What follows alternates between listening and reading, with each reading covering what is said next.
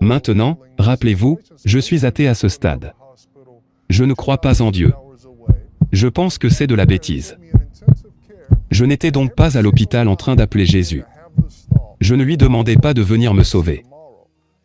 Je ne lui demandais pas de me guérir. Je pensais que tout cela n'était qu'une bêtise. Et donc j'ai été en soins intensifs pendant 2 semaines chaque fois, je ne sais pas si je vais me réveiller. Et chaque nuit, j'ai cette pensée, j'espère que je me réveillerai pour voir le lendemain. Eh bien, après 2 semaines d'hospitalisation, j'ai eu cette pensée, et avant de fermer les yeux pour m'endormir, tout d'un coup, une lumière vive s'est formée juste devant mon lit d'hôpital. Maintenant, pour être honnête avec vous, j'ai consommé beaucoup de drogue dans ma vie. Je pensais repartir pour un autre voyage, tu sais, juste pour être honnête avec toi. Mais il y avait quelque chose de différent dans cette lumière. Il y avait une atmosphère que cette lumière transportait qui était une gloire, qui était un amour et une présence à cette lumière que je ne pouvais pas expliquer. J'ai donc commencé à me concentrer sur cette lumière. Elle devient de plus grande jusqu'à atteindre la taille d'une personne. Et puis tout d'un coup, j'ai commencé à voir la silhouette d'une personne, la silhouette d'un homme marchant vers moi à travers cette lumière.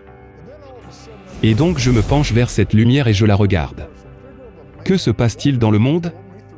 En quelques secondes seulement, un homme traverse la lumière et entre dans la chambre d'hôpital où je suis allongé. Il porte une robe blanche. Il a les cheveux bruns. Son visage était éclairé par une telle lumière que je ne pouvais pas voir ses traits parce que son visage était tellement lumineux. Mais dès qu'il est entré dans la pièce, mon corps s'est mis à trembler, juste comme ça, sous ce pouvoir, ce tremblement. Et en même temps, il y avait tellement d'amour qui accompagnait ce pouvoir que je savais qui que soit ce type, il n'est pas là pour me faire du mal, il est là pour m'aider d'une manière ou d'une autre. Il marche jusqu'au pied de mon lit. Il ne me dit rien. Il se retourne comme s'il allait franchir la porte. Au lieu de cela, il s'assoit par terre.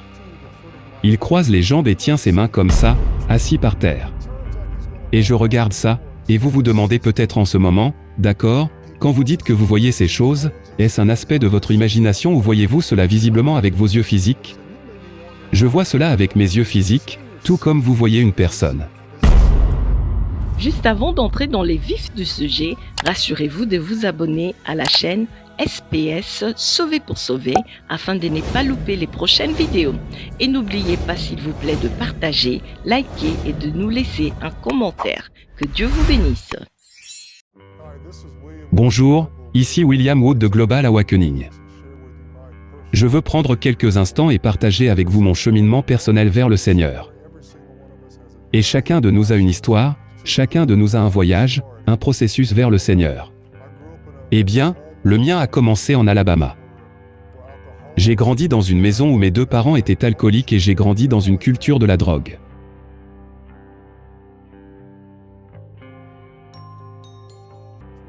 Mais pas seulement que mes 2 parents étaient athées. Ils m'ont appris que Dieu n'était pas réel et que la seule fois où j'ai vraiment entendu le nom de Jésus ou de Dieu, c'était lorsqu'il était utilisé dans une phrase contenant un gros mot. Et c'était vraiment le contexte de mon éducation. Mais l'une des choses qui m'a vraiment frappé en tant qu'athée et l'une des raisons pour lesquelles j'étais athée était le fait que je voyais mon église à chaque coin de rue de l'État de l'Alabama. Mais je ne me souviens pas d'avoir rencontré une seule fois un chrétien ou du moins quelqu'un qui a fait sauter sa couverture. Et je me souviens avoir grandi, je verrais ces églises et j'ai toujours pensé que c'était des salons funéraires parce que c'était toujours un bâtiment blanc et il avait un cimetière derrière. Et je me dis, eh bien, je suppose que tu y vas, tu meurs et ils t'ont mis là-bas dans le jardin quelque part. Et c'était donc un peu mon idée des églises. Mais cela m'a aussi prouvé que si Dieu est vraiment réel et s'il a vraiment rempli son peuple de son esprit, alors où sont-ils ? Pourquoi ne vivent-ils pas différemment de nous tous ? Pourquoi ne démontrent-ils pas que Dieu est réel ? Et donc pour moi, cela a vraiment endurci mon cœur encore plus envers le concept de Dieu, au point que cela m'a poussé vers un mode de vie alcoolique, un style de vie de drogue dès l'âge de 12 ans. Et quand vous avez un vide dans votre cœur, tu vas essayer de combler ce vide avec quelque chose. Vous voyez, la douleur est toujours dirigée vers quelque chose. Si votre douleur n'est pas dirigée vers Dieu, elle sera dirigée vers quelque chose dans votre vie. Et c'est exactement ce que je faisais avec ma douleur. C'est ce que je faisais avec ma blessure, je la dirigeais vers ce que je connaissais parce que la culture de ma vie était la drogue, c'était l'alcool. J'habite juste à côté de certains trafiquants de drogue, alors j'ai commencé à me droguer à l'âge de 12 ans. À l'âge de 15 ans, je vivais dans et hors des maisons de crack et à 20 ans, j'ai eu cette rencontre surnaturelle qui a changé ma vie. Et c'est arrivé juste après une overdose de drogue. J'étais debout depuis 5 jours entiers sous drogue sans dormir. Je marchais au bord de la route et j'ai commencé à faire une overdose. Lors d'une overdose, je suis tombé sur l'autoroute, une voiture m'a percuté, m'a projeté dans le fossé. La prochaine fois que je me réveille, je suis à l'hôpital et les médecins me regardent, ils ont dit William, tes reins sont complètement défaillants et que ton foie est en panne. En fait, si nous ne parvenons pas à faire fonctionner correctement vos reins et votre foie, vous risquez de mourir. Et c'est un peu ce que les médecins m'ont dit, à cause de la taille de la ville dans laquelle j'ai grandi, c'était une ville d'environ 2000 habitants, et l'hôpital où j'étais n'était pas nécessairement capable de gérer ma situation, alors ils m'ont envoyé moi dans un autre hôpital à 2 heures, 3 heures. J'y arrive, ils m'ont mis en soins intensifs et là chaque nuit, je commence à avoir cette pensée, j'espère que je me réveillerai pour voir demain. Maintenant, rappelez-vous, je suis athée à ce stade. Je ne crois pas en Dieu. Je pense que c'est de la bêtise. Je n'étais donc pas à l'hôpital en train d'appeler Jésus. Je ne lui demandais pas de venir me sauver. Je ne lui demandais pas de me guérir. Je pensais que tout cela n'était qu'une bêtise. Et donc j'ai été en soins intensifs pendant 2 semaines chaque fois, je ne sais pas si je vais me réveiller. Et chaque nuit, j'ai cette pensée, j'espère que je me réveillerai pour voir le lendemain. Eh bien, après 2 semaines d'hospitalisation, j'ai eu cette pensée, et avant de fermer les yeux pour m'endormir, tout d'un coup, une lumière vive s'est formée juste devant mon lit d'hôpital. Maintenant, pour être honnête avec vous, j'ai consommé beaucoup de drogue dans ma vie. Je pensais repartir pour un autre voyage, tu sais, juste pour être honnête avec toi. Mais il y avait quelque chose de différent dans cette lumière. Il y avait une atmosphère que cette lumière transportait qui était une gloire, qui était un amour et une présence à cette lumière que je ne pouvais pas expliquer. J'ai donc commencé à me concentrer sur cette lumière. Elle devient de plus grande jusqu'à atteindre la taille d'une personne. Et puis tout d'un coup, j'ai commencé à voir la silhouette d'une personne, la silhouette d'un homme marchant vers moi à travers cette lumière. Et donc je me penche vers cette lumière et je la regarde. Que se passe-t-il dans le monde ? En quelques secondes seulement, un homme traverse la lumière et entre dans la chambre d'hôpital où je suis allongé. Il porte une robe blanche. Il a les cheveux bruns. Son visage était éclairé par une telle lumière que je ne pouvais pas voir ses traits parce que son visage était tellement lumineux. Mais dès qu'il est entré dans la pièce, mon corps s'est mis à trembler, juste comme ça, sous ce pouvoir, ce tremblement. Et en même temps, il y avait tellement d'amour qui accompagnait ce pouvoir que je savais qui que soit ce type, il n'est pas là pour me faire du mal, il est là pour m'aider d'une manière ou d'une autre. Il marche jusqu'au pied de mon lit. Il ne me dit rien. Il se retourne comme s'il allait franchir la porte. Au lieu de cela, il s'assoit par terre. Il croise les jambes et tient ses mains comme ça, assis par terre. Et je regarde ça, et vous vous demandez peut-être en ce moment, d'accord, quand vous dites que vous voyez ces choses, est-ce un aspect de votre imagination ou voyez-vous cela visiblement avec vos yeux physiques ? Je vois cela avec mes yeux physiques, tout comme vous voyez une personne. Je vois cela avec mes yeux physiques et je vois cet homme, il est assis là-bas avec ses mains comme ça, assis par terre, et se retourne et il regarde vers le côté droit de la pièce. Alors je regarde vers le côté droit de la pièce. Quand je le fais, le mur s'ouvre, une rivière d'eau commence à couler du mur dans la pièce juste en face où est assis cet homme. Il met ses mains dans cette eau. Il commence à se laver les bras. Il commence à se purifier et une voix audible dit ceci. Les eaux que vous voyez vous purifieront et vous purifieront si vous recevez Jésus le Christ comme Seigneur et Sauveur. Et dès que j'ai entendu cette voix me parler, quelque chose en moi a résonné avec ceci, oui. Et j'ai juste crié oui à cette voix. Maintenant, permettez-moi de m'arrêter ici un instant. Et rappelez-vous, je suis un athée. Je n'ai même jamais entendu le nom que Jésus m'a prononcé, jamais. Pas une seule fois dans ma vie. Ou du moins dont je me souviens. Je n'avais jamais entendu l'évangile de ma vie. Et donc maintenant, Ma première introduction à cela est Jésus lui-même, entrant dans ma chambre, assis là, et les voix audibles m'appellent au salut. Vous voyez, il n'est pas venu là pour juger et condamner. Il n'était pas en colère parce que j'étais un pécheur. Alors que vous étiez encore pécheur, Christ est mort pour vous. Jésus pense que vous devez mourir parce que c'est exactement ce qu'il a fait sur la croix. Il n'a pas été offensé par mon incrédulité. Qu'est-ce qu'il a fait? Il est venu et a créé un moment où la foi pouvait répondre à son don du salut. Et j'ai entendu cette voix, le son de sa voix. Romains chapitre 10 verset 17, dit, « La foi vient de ce qu'on entend et ce qu'on entend vient de la parole ou la parole parlée du Christ. » Et ainsi, lorsque j'ai entendu la voix de Dieu, la foi s'est créée en moi pour répondre à son don au salut. Et dès que j'ai dit oui, cette puissance qui était sur mon corps qui tremblait, j'ai pu littéralement le sentir passer à l'intérieur de moi. Je pouvais littéralement sentir mes organes commencer à trembler sous ce pouvoir. Cela devient si intense que ça m'assomme. Le lendemain, je me réveille et je suis resté absent pendant 12, peut-être 13, 14 heures. Et quand je me suis réveillé, les médecins me secouaient en disant « William, William, réveille-toi ». Et je me suis réveillé et ils ont dit « Nous ne savons pas quoi vous dire. Cela fait 10 heures que nous faisons des tests sur vous. Non seulement vos reins et votre foie vont mieux, mais c'est comme si vous n'aviez jamais pris de drogue de toute votre vie.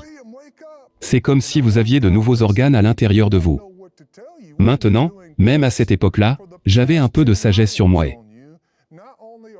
Je savais qu'il ne fallait pas leur parler de l'homme qui m'était apparu. Ils essayaient déjà de m'envoyer dans un autre petit bâtiment blanc où je ne voulais pas y aller attaché comme ça, tu sais? Et je me suis dit, eh bien, je ne vais pas leur dire ce qui s'est passé. Mais ils m'ont regardé et m'ont dit, écoutez, nous n'avons même aucune raison d'être ici aux soins intensifs. Ils m'ont décroché de toutes les différentes choses et ils m'ont dit, et s'il te plaît, pars. Et à cette époque, je n'avais pas vu mon père depuis probablement 7 ou 8 ans à part quelques fois ici et là. Et notre relation était vraiment rompue. Lorsque vous menez une vie de drogue et d'alcool, vous brûlez tous les ponts dont vous disposez.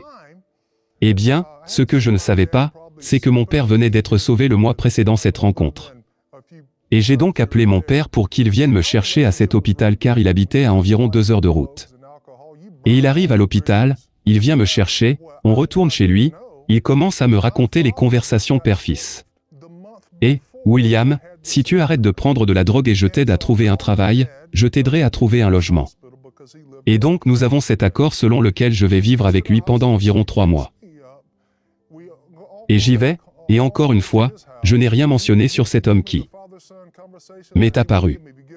Je ne savais pas où mettre ça. Je ne savais pas quoi dire aux gens à ce sujet. La seule chose que je sais, c'est que cet homme est apparu et que toute ma vie a été changée et transformée. Eh bien, j'arrive chez mon père et je me rends compte que je ne souffre d'aucun manque de drogue. Au bout de 3 jours, un de mes amis vient me voir, parce que je n'ai vu aucun de mes amis ou de ma famille depuis un certain temps à ce stade. Et alors mon ami arrive, nous sommes assis sur le canapé et nous avons juste une conversation normale et tout d'un coup, je commence à lui parler dans des langues différentes. Je veux juste que tu imagines en ce moment que tu es assis sur le canapé en train d'avoir une conversation normale avec ton ami, et tout d'un coup, tu es comme, parler en langue.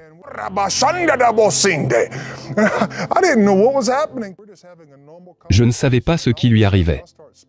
Eh bien, cela a commencé à se produire pendant 5 minutes, et mon cousin est l'un de ces gens qui porte une masse sur son porte-clés, et il sort sa masse, comme ceci. Et il essaie de m'asperger parce que c'est comme ça qu'il est. Et je ne parlais pas anglais. Et donc je suis là et il essaie de m'asperger de ça et j'essaie de lui dire d'appeler le 911. Et je suis comme, parler en langue. Et cela dure un certain temps. Quand j'arrive enfin à pouvoir parler à nouveau, et il dit, « Qu'est-ce que c'était que ça ?» J'ai dit, « Je pense que je dois vous parler de cet homme qui m'est apparu. » Il dit, « Ouais, je pense que tu dois me parler de cet homme. » Et une fois que je lui ai expliqué et a dit que son nom était Jésus, voici ce qu'il m'a dit. Il dit, « Eh bien, on dirait que vous êtes chrétien. » Je ne savais même pas que j'étais chrétien. Je ne savais pas ce que signifiait être chrétien. Je n'avais jamais rencontré de chrétien, donc je n'avais aucun contexte pour exprimer cela. Alors je lui ai demandé, j'ai dit, « Eh bien, que dois-je faire ?» Et il m'a donné les meilleurs conseils que je n'ai jamais reçus de toute ma vie. Et c'est ça, dit-il, je veux que tu ailles chez Walmart. J'ai dit, Walmart, qu'y a-t-il chez Walmart? Il dit, eh bien, il y a là un livre que vous devez acheter. C'est un livre noir, il y a des lettres dorées. Il dit, Sainte Bible, vous devez acheter ce livre, lire ce livre et appliquer ce livre à votre vie car il vous dira tout ce que vous devez savoir sur la façon chrétienne. C'était le meilleur conseil que je n'ai jamais reçu parce que je pensais que c'était ce que les chrétiens étaient censés faire. Ils étaient censés lire et appliquer la Bible. Je ne savais pas que nous étions censés aller à l'église, nous asseoir là et ne rien faire avec. Bien sûr, je plaisante ici, j'espère que vous comprenez mon sarcasme à ce sujet. Et donc j'arrive chez Walmart, je vais dans la section livres et bien sûr, je trouve le livre noir, comme il a dit les lettres d'or.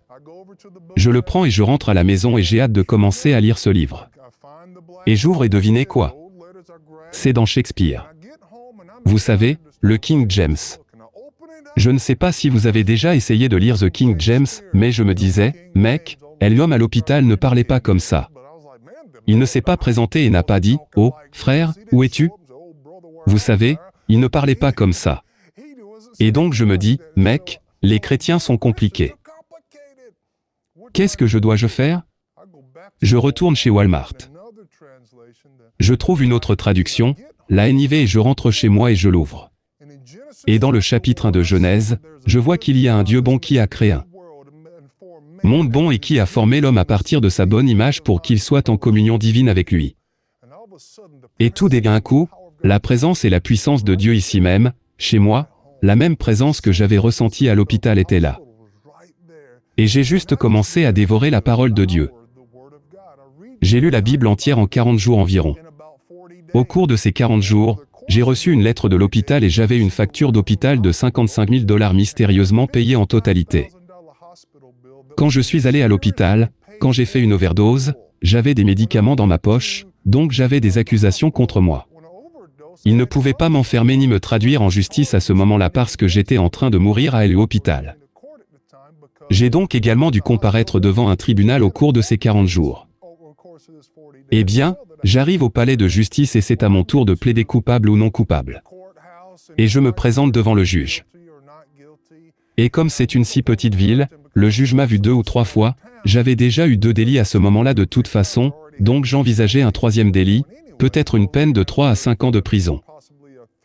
Et je me tiens devant le juge et le juge dit, « William, j'attendais ça avec impatience parce que je veux m'assurer que tu fasses un peu de temps. » Dès qu'il fait cette déclaration, un policier entre dans la salle d'audience, s'approche du juge et lui murmure quelque chose à l'oreille.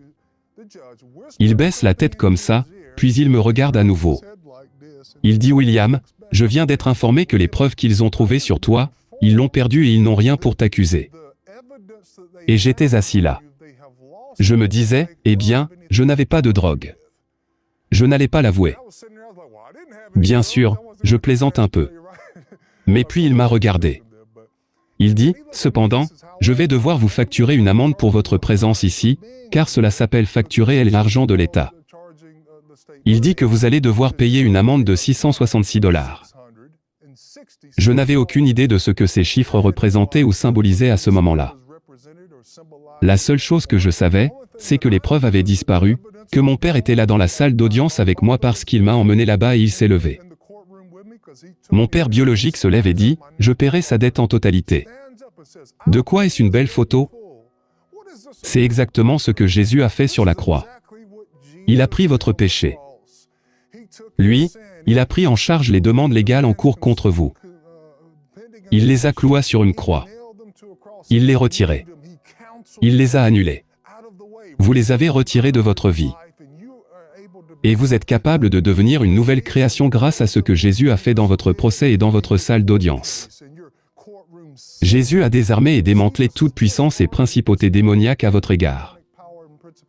Et donc je sors de cette salle d'audience ce jour-là, submergé par la bonté de Dieu, submergé par tout ce qu'il fait déjà dans ma vie. Et cela a commencé un voyage dans lequel je poursuivais vraiment Jésus avec tout ce que je suis. Et donc je veux prendre un moment et je veux prier pour vous. Si vous regardez ceci en ce moment et que vous êtes aux prises avec votre relation avec Dieu, je suis ici pour vous dire que Dieu vous aime et qu'il veut être intimement impliqué avec vous. Si vous regardez ceci ici et que vous dites, William, je suis chrétien depuis des années, mais j'ai toujours eu peur d'être témoin ou de parler à quelqu'un, je vais prier pour avoir de l'audace. Venir vers vous parce que je vais vous révéler un secret, ma personnalité, je suis introverti.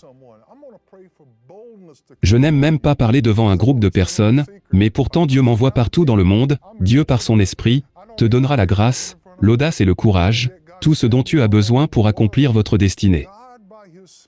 Alors ne laissez pas votre personnalité définir votre destin. Laissez l'appel de Dieu vous pousser à cela. Même comme dans Pierre dans Actes chapitre 2, lorsque l'Esprit est venu sur lui, il s'est levé avec une grande audace et a proclamé l'Évangile. Et donc maintenant, où que vous soyez, je veux que vous fermiez les yeux et incliniez la tête. Je veux que tu te tiennes la main comme si vous recevez un cadeau. Saint-Esprit, je vous demande de venir sur ces personnes avec une nouvelle transmission de votre esprit avec une activation de dons, en particulier dans le domaine de l'audace et du courage pour être un témoin pour ceux qui luttent dans leur relation avec le Seigneur, n'est-ce pas? C'est maintenant le moment pour vous de tourner votre cœur envers Jésus, d'abandonner votre cœur vers Jésus et de dire Seigneur, je suis fatigué de le faire à ma manière. Je veux vous abandonner tout cela et simplement confesser Christ dès maintenant comme votre Seigneur et Sauveur personnel. Il ne veut pas te contrôler, il veut pour vous libérer. Écoutez, famille, j'ai aimé partager mon histoire avec vous. C'est une de ces histoires inhabituelles, mais j'espère que cela a été une bénédiction pour vous. Si vous avez été béni par ces enseignements, ces temps de louange et d'adoration, ces témoignages, n'hésitez pas à vous abonner sur cette chaîne SPS Sauvé pour sauver. SPS Sauvé pour sauver, l'évangile de Christ pour les saluts des âmes. Ici, nous témoignons de Jésus. Que Dieu vous bénisse.